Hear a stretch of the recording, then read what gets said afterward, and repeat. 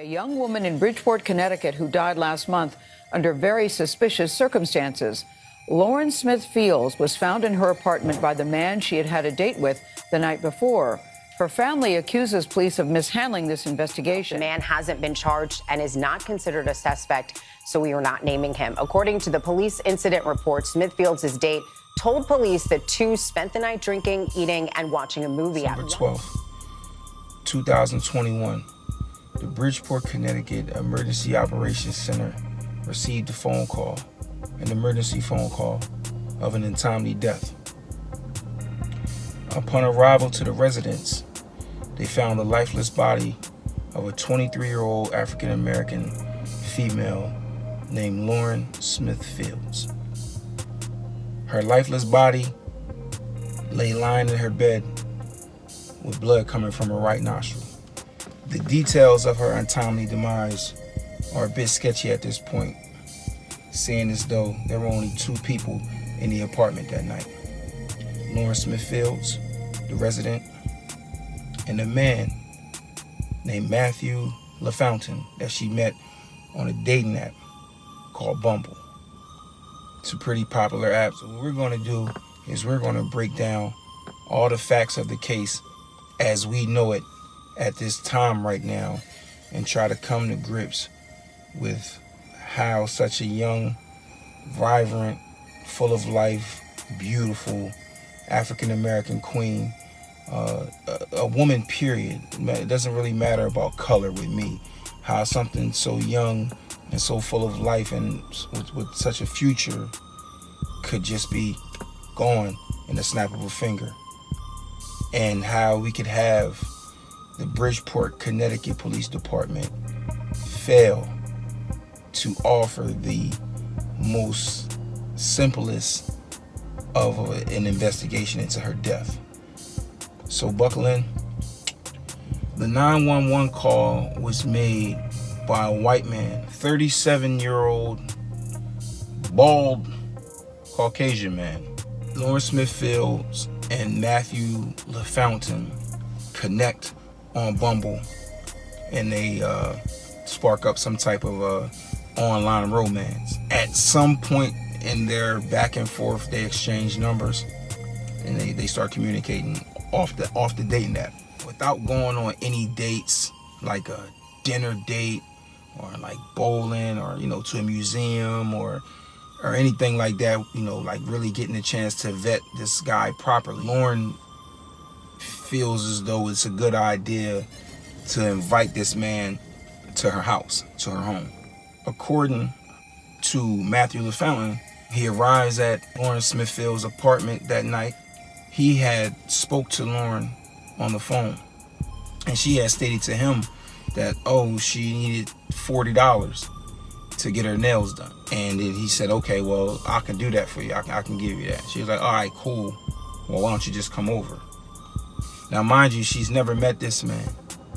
She's never went on a date with this man.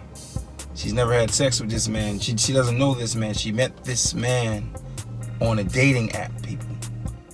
Now, Matthew LaFountain says that he gets to the house, they're talking, they're chilling, everything is cool, everything's normal, no drugs, no nothing, and they start taking shots of tequila. They're chilling, they're on the couch watching a movie, Netflix and chill or whatever, it sounds all good. And then he says Lauren Smith Fields gets a text, and the text was from her brother. She goes downstairs to talk to her brother. And Mr. LaFountain says that Lauren Smith Fields is gone for about 10 to 15 minutes.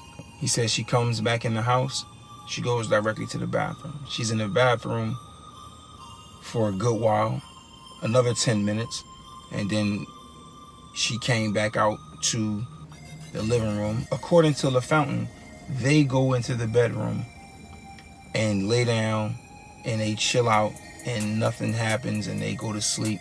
He wakes up 3:30 in the morning.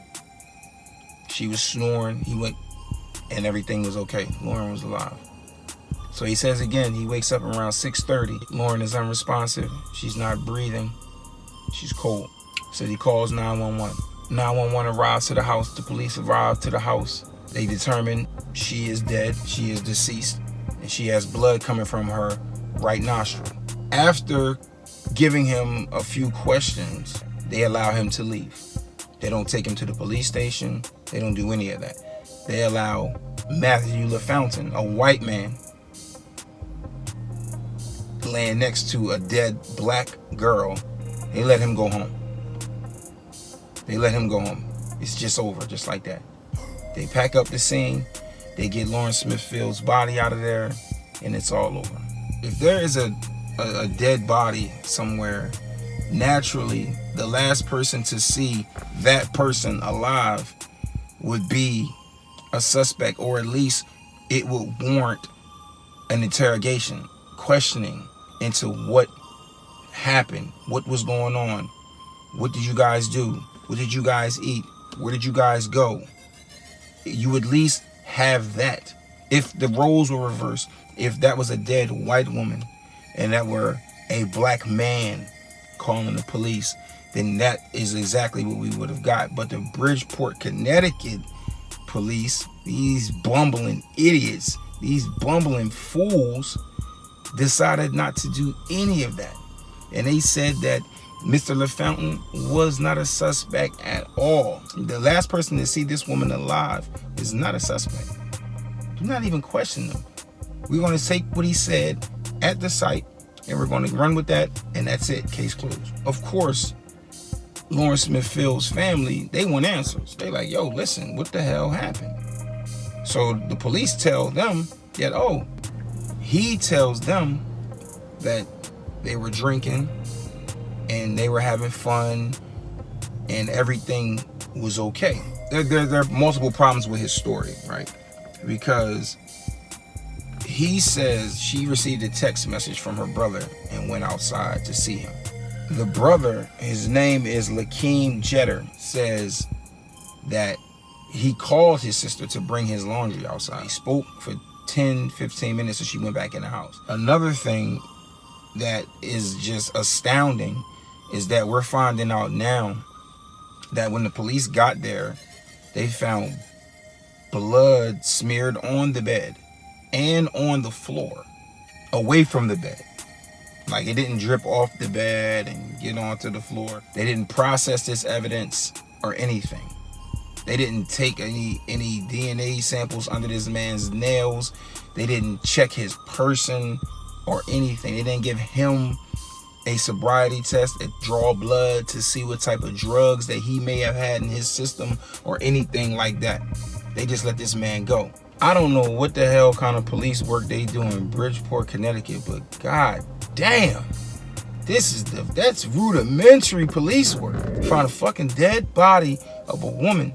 A man calls, he said he just met her off a goddamn dating site, and you don't fucking sweep the house? You don't sweep the house for fucking evidence? There were many mistakes here by the police department, Bridgeport Police Department. The family says that after the funeral and everything, and after they went back to the apartment to clean up the apartment, they found a used condom with semen in it. The family did. After the funeral, days after she was discovered dead, I mean, there were bloody sheets, some type of unidentified pill. You mean to tell me you don't take none of this in as evidence as to figure out what happened to this girl? You have a contaminated crime scene.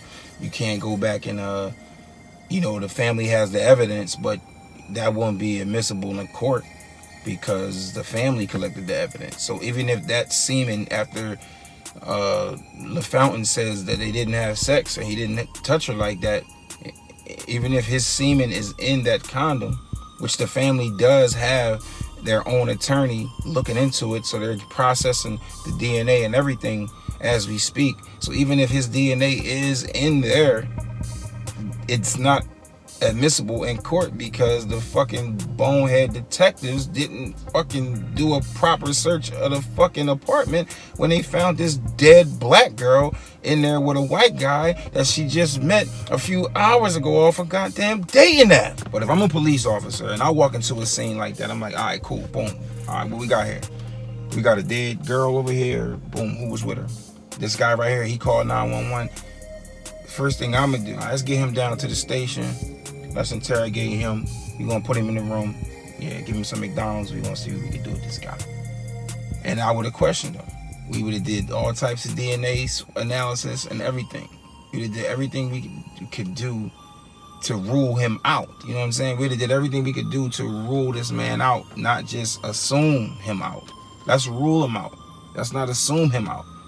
There was a lot of evidence there, a lot of question marks. We need to get justice for Lauren Smith Fields. Hopefully, some good does come from this case. Her family can get some closure, because the family says that the Bridgeport, Connecticut Police Department, which the family is suing them, and they should, the Bridgeport Police Department was not cooperative with the family. So the mother, Ms. Chantel Fields, said that she was calling the detectives, asking them what are they doing with the case. The detectives told this black woman, yo, don't call us no more. It was an accidental death, that's it. Now, this is before toxicology reports came back. This is before all of that. They just said, fuck it. It's a white man with this black girl. It's over. Now, if we juxtapose that, right? Now, we just recently had a case. What's the girl's name? Gabby Potato. And her boyfriend went on a hiking trip, and she ended up disappearing first, and then he ended up going on a run, and they found his body because he killed himself because he killed his girlfriend. That was national news. Now, all of these media outlets and these big conglomerates, they don't give black women the same type of value as they give white women. This white girl went missing, and the boyfriend was the last person to see her alive. They treated that boyfriend like he was a suspect. They treated him, they said, no, we're not going to assume you out. We're going to rule you out. And they couldn't rule him out, so he was the person of interest. So my thing is this: if you can't rule out Mr. Matthew LaFountain, then he has to be the POI, the person of interest. And it's sad because after we get her toxicology reports back, they say she died from a deadly combination of fentanyl and alcohol. So the 13th is when her mother came to the apartment to find out why her daughter hadn't been answering her phone calls. And that's how she found out her daughter was dead. Now, that's another issue that I have with the Bridgeport, Connecticut Police Department. How do you have somebody dead in their residence? You have their ID, their wallet, you have mail from them, everything. How do you fail? How do you let from the 11th to the 13th go by and not contact next of kin? And the only thing that the police department in Bridgeport, Connecticut can say regarding the suspect is that he's a nice guy. Seemed like a nice guy. Well, Ted Bundy seemed like a nice guy. David Koresh seemed like a nice guy. Did you see Alpo that got killed? Alpo Martinez. His neighbors, when he was in witness protection program under the name Abraham, they said he seemed like a nice guy. All these guys were murderers. They seemed like a nice guy. So again, what type of police work are you doing in Bridgeport, Connecticut, that you can clear somebody of murder just because they seem like a nice guy? And I want to bring Mr. LaFountain real close. Let me turn the light on. I want to bring Mr. LaFountain very close to me. Come here, Nick. Come here, white man. Let me tell you something. Look at this black woman. Look, I'm putting her on the screen. Look at her. You see her? This woman was gorgeous. This woman was nice. This woman was bad, man. She was a beautiful black woman. You mean to tell me that your balding ass laid in the bed with this woman and ain't trying to get no cheeks? After drinking shots of tequila, you're compromised. You're compromised and you're horny at that point, and this woman looks good. So if I'm an officer, I'm going to look at you and say, you mean to tell me you was in the bed with this woman And you said she was snoring at 3:30, so she was alive. She invited you to her bed, and you ain't get none? You ain't get no stink finger? Nothing? Come on. Come on. No way you laying in a bed with this woman and you ain't trying to get no cheeks, bro. It's not happening. It's not why you was on that dating app. It's not why you came to that woman's house, okay? It's not why you came there. Women, you cannot be so quick to trust. I mean, whatever happened to the good old days? You got to make these guys earn your trust. Women, do not invite these men to your house. You don't know these men. You don't know what these guys got going on. You don't know if these guys are serial killers. You don't know what the hell these guys are into. You don't know these guys' sexual backgrounds. You don't know what they've been into. Women, be careful. Value your life. Don't think it can't happen to you, because this case right here is a prime example of that. It can happen to you. It can happen to anybody. It can happen to any one of us, men, women included. You are not special. You are not special. You are a human being, and human beings fall victim to crimes every day in this country and in this world. And I guess what I really want to know, if I could, I wish I could, would just really be to ask Lauren Smith Fields, like, what was your thinking in this process? Like, what did you really want from this man? Like, what were you thinking inviting a stranger into your home and being vulnerable enough around him to not only drink shots of liquor, tequila, but to get up, leave your drink unattended for 10 to 15 minutes at one period, and then another 10 to 15 minutes for another period in the bathroom? I think that's a question that I would, if I could, we can't because she's no longer here, but that's something that I would ask to women out here, like, why would women think that it's okay to invite a stranger into their home and leave him unattended? Like, what were you? And another thing, and I'm not judging Lauren Smith Fields, like, looking at her Instagram page, I think it's So Lala with 3 A's. So Lala with 3 A's. I'll put it on the screen.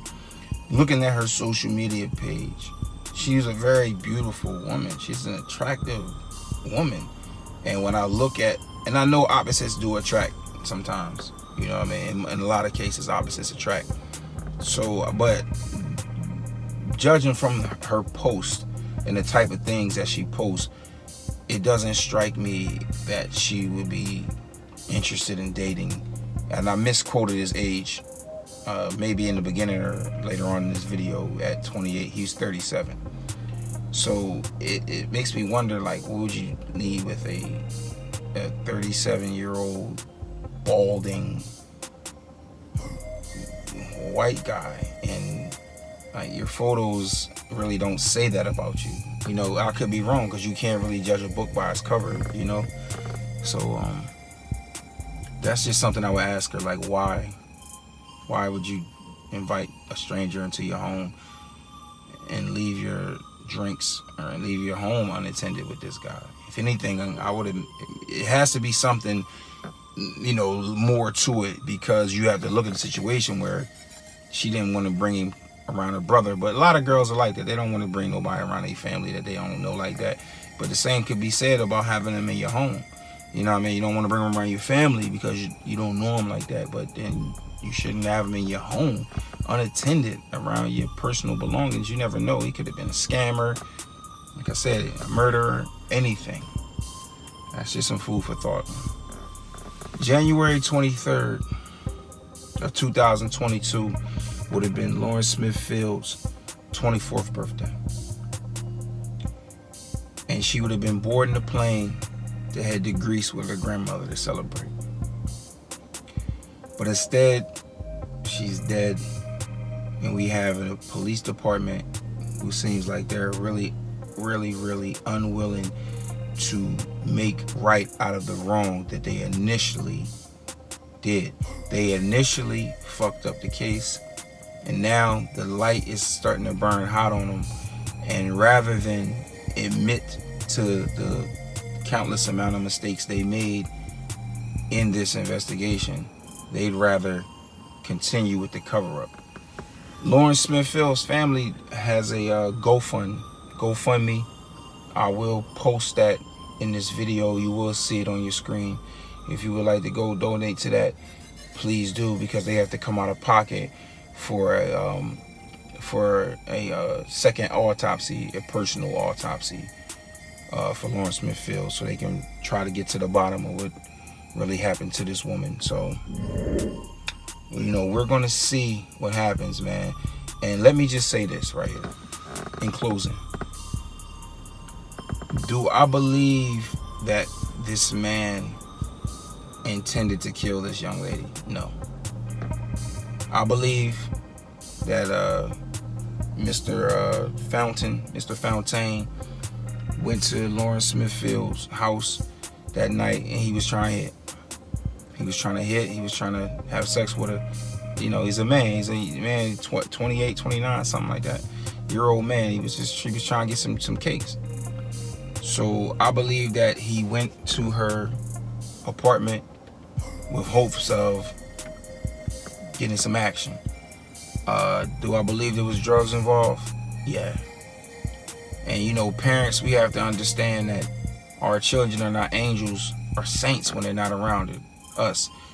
Even though her brother said that she didn't seem like she was on anything or whatever at that time, I know in my past I've dated plenty of women who were good girls in their family's eyes, ran track, you know, went to law school, whatever, and they liked to party. And when they did party, they would smoke weed, they would pop pills or whatever, but they would get up and they would go do what they had to do throughout the week or whatever, and they would, you know, continue with their careers or whatever they was doing.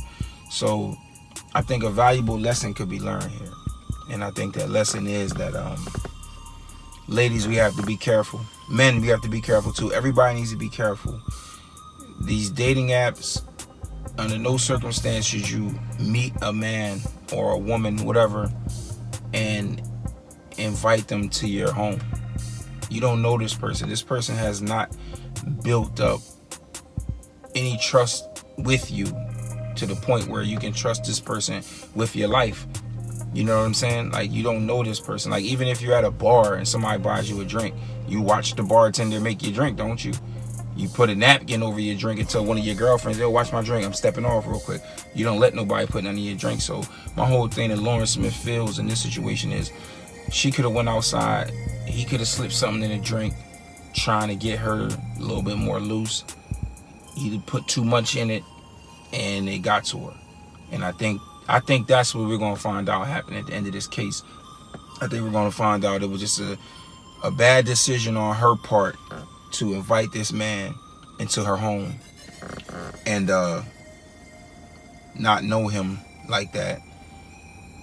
And it's just a sad situation. So I just think that, I don't think he intended to kill her. I just think he intended to do his Bill Cosby thing, and he ended up, you know, putting too much or whatever he put in there because they did say it were cups of liquor left in the house, and the cops didn't even take those cups of liquor to test it to see if it was any drugs in there or any type of barbiturates, opiates, or anything in the cups or whatever. So, you know, ladies, man, you just got to do a better job, man. These dating apps, they're cool, they're fun. You meet guys or whatever. You go out, you can get free dinner, you know, guys, you know, but it's a flip side to that. You have to be careful because there are a lot of predators out here.